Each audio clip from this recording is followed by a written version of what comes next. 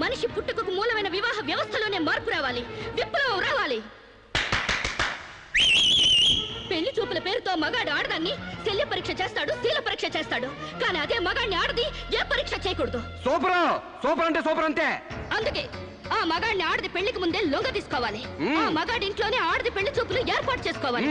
ఆ మగాడి టోపీ కింద ఉన్నది జుట్టో బట్టతలో విగ్గో తెలుసుకోవాలంటే, ఆ కళ్ళ జోడు వెనకున్నది గాజు కన్నో మెల్లకన్నో గుడ్డి కన్నో తెలుసుకోవాలంటే, ఆ వంకరకాలో చెక్కకాలో తెలుసుకోవాలంటే ఆ ఆడది ఆ మగాడిని పెళ్లికి ముందే పరీక్షించాలి.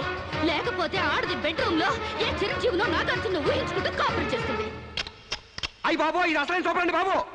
ఈ డైలాగులు ఉపన్యాసాల్లో చప్పట్లకు మాత్రమే పనికొస్తాయి.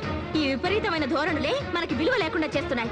సాంప్రదాయకంగా పెళ్లి చేసుకున్న మా ముత్తాత సంతోషంగా ఉండేవారు, మా తాత ఇంకా సంతోషంగా ఉండేవారు, మా నాన్న ఇంకా ఇంకా సుఖంగా బతికారు.